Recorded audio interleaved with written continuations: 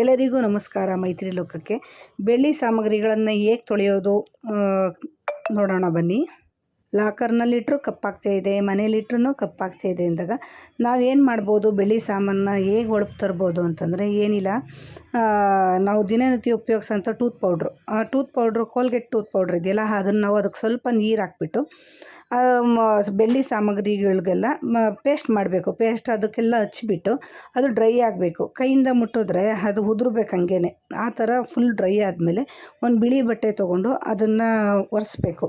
ಒರೆಸಾದ್ಮೇಲೆ ಏನಿಲ್ಲ, ನೀವು Surf Excel ಅಥವಾ ಏರಿಯಲ್ ಲಿಕ್ವಿಡ್ ಇರುತ್ತಲ್ಲ, ಆ ಲಿಕ್ವಿಡ್ ಹಾಕ್ಬಿಟ್ಟು ವಾಶ್ ಮಾಡಿದ್ರೆ ತುಂಬ ಪಾತ್ರೆಗಳು, ಬೆಳ್ಳಿ ಸಾಮಾನು ಪಾತ್ರೆಗಳು ಒಳಗೆ ಬರುತ್ತೆ.